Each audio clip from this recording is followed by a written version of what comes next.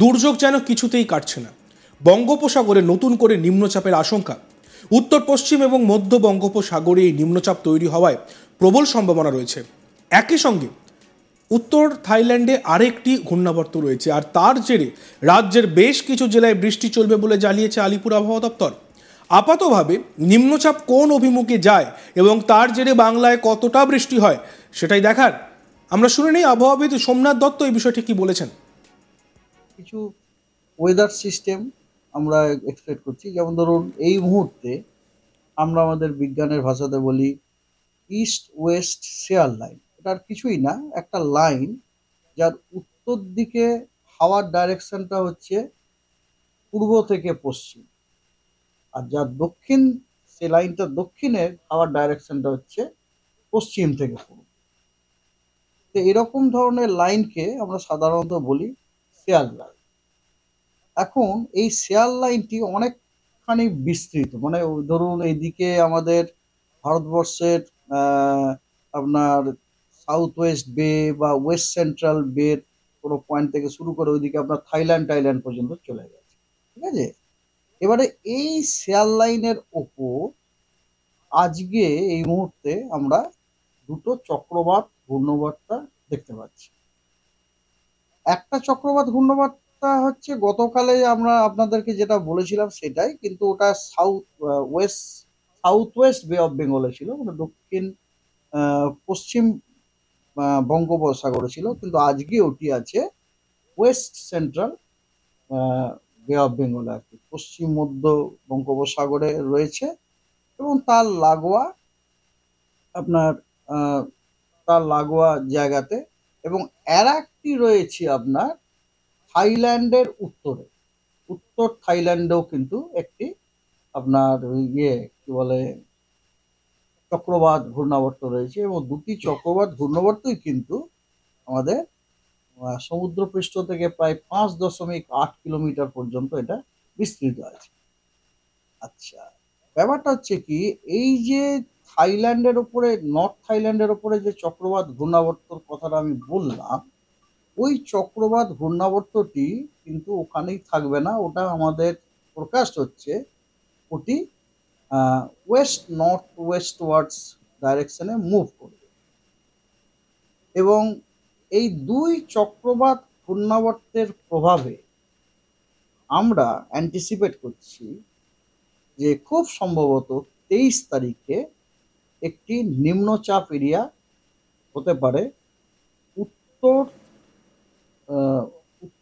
North West, মানে হচ্ছে উত্তর পশ্চিম এবং অ্যাডজয়নিং ওয়েস্ট সেন্ট্রাল মানে পশ্চিম মধ্য বঙ্গোপসাগরে অ্যারাউন্ড 23 তারিখ নাগাদ।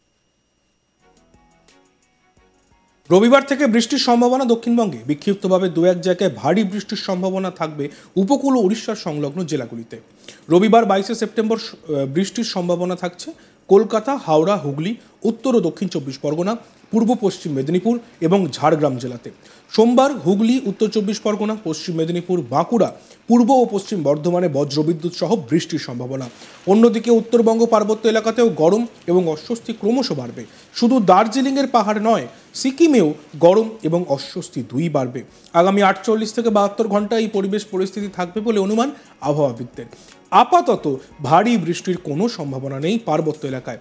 এই পার্বত্য এলাকাগুলিতে বিক্ষিপ্তভাবে খুব হালকা বৃষ্টির সামান্য সম্ভাবনা রয়েছে। বাকি উত্তরবঙ্গে বৃষ্টির সম্ভাবনা সেভাবে নেই, মূলত আকাশ পরিষ্কারই থাকবে।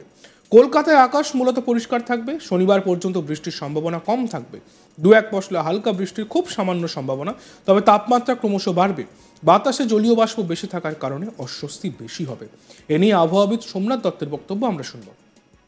এই যে ওয়েদার সিস্টেমগুলোর জন্য আমরা যে সমস্ত ওয়েদার এক্সপেক্ট করছি সেটা হচ্ছে এরকম, যেমন আজকে আপনার মেদিনীপুর, 24 পরগনা, নদিয়া এই জেলাগুলিতে মোটামুটি আপনার কিছু জায়গাতে হালকা মাঝারি বৃষ্টিপাত হওয়ার সম্ভাবনা আছে, এবং দক্ষিণবঙ্গের অন্য সব জায়গাতে বিক্ষিপ্তভাবে হালকা মাঝারি বৃষ্টিপাত হওয়ার সম্ভাবনা আছে। আর দার্জিলিং, কালিম্পং, জলপাইগুড়ি এবং আলিপুরদুয়ার, ওখানেও অত্যন্ত বিক্ষিপ্তভাবে হালকা মাঝারি বৃষ্টিপাত হওয়ার সম্ভাবনা আছে এবং পশ্চিমবঙ্গের বাকি সব জেলাগুলি শুষ্ক। এর সাথে সাথে বিক্ষিপ্তভাবে ১-২ জায়গাতে বজ্রবিদ্যুৎ হওয়ার সম্ভাবনা আছে ২ মেদিনীপুর, ২ চব্বিশ পরগনা এবং নদীয়া। ২২ তারিখে দক্ষিণবঙ্গের সব জেলাগুলিতেই আপনার আহ, আহ, কিছু জায়গাতে হালকা মাঝারি বৃষ্টিপাত হওয়ার সম্ভাবনা আছে এবং দার্জিলিং, কালিম্পং এবং আলিপুরদুয়ার এগুলিতে বিক্ষিপ্তভাবে ২-১ জায়গায় হালকা মাঝারি বৃষ্টিপাত হওয়ার সম্ভাবনা আছে এবং পশ্চিমবঙ্গের বাকি সব জেলা শুষ্ক।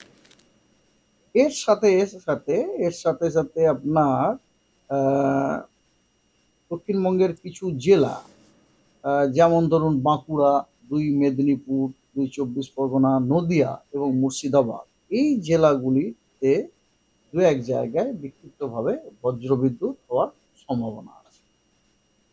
২৩ তারিখে দক্ষিণবঙ্গের বেশ কিছু জেলাতে হালকা মাঝারি বৃষ্টিপাত হওয়ার সম্ভাবনা আছে অনেকখানা অংশ জুড়ে।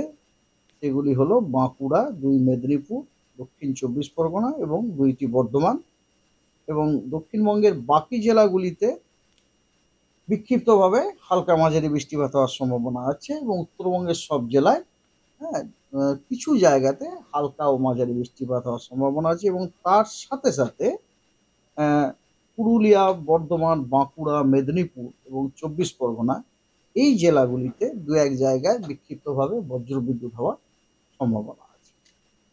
২৪ তারিখে দক্ষিণবঙ্গের দেখুন আপনাদের আমি যা আগে বলেছিলাম আমরা যত উইকের এন্ডের দিকে যাচ্ছি তখন দেখতে পাবেন যে রেনফলের ডিস্ট্রিবিউশনটা অনেকখানা ওয়াইড হচ্ছে।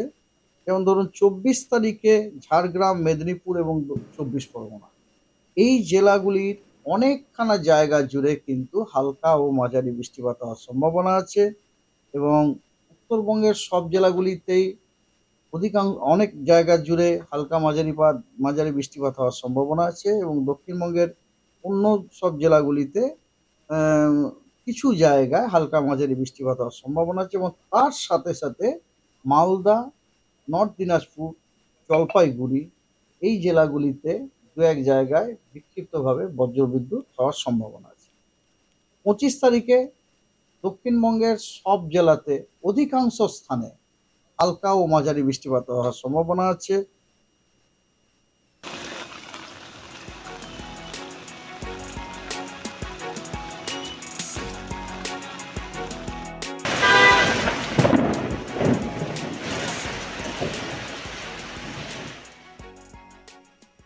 দেখতে থাকুন আজ তাক বাংলা, সাবস্ক্রাইব করতে ভুলবেন না।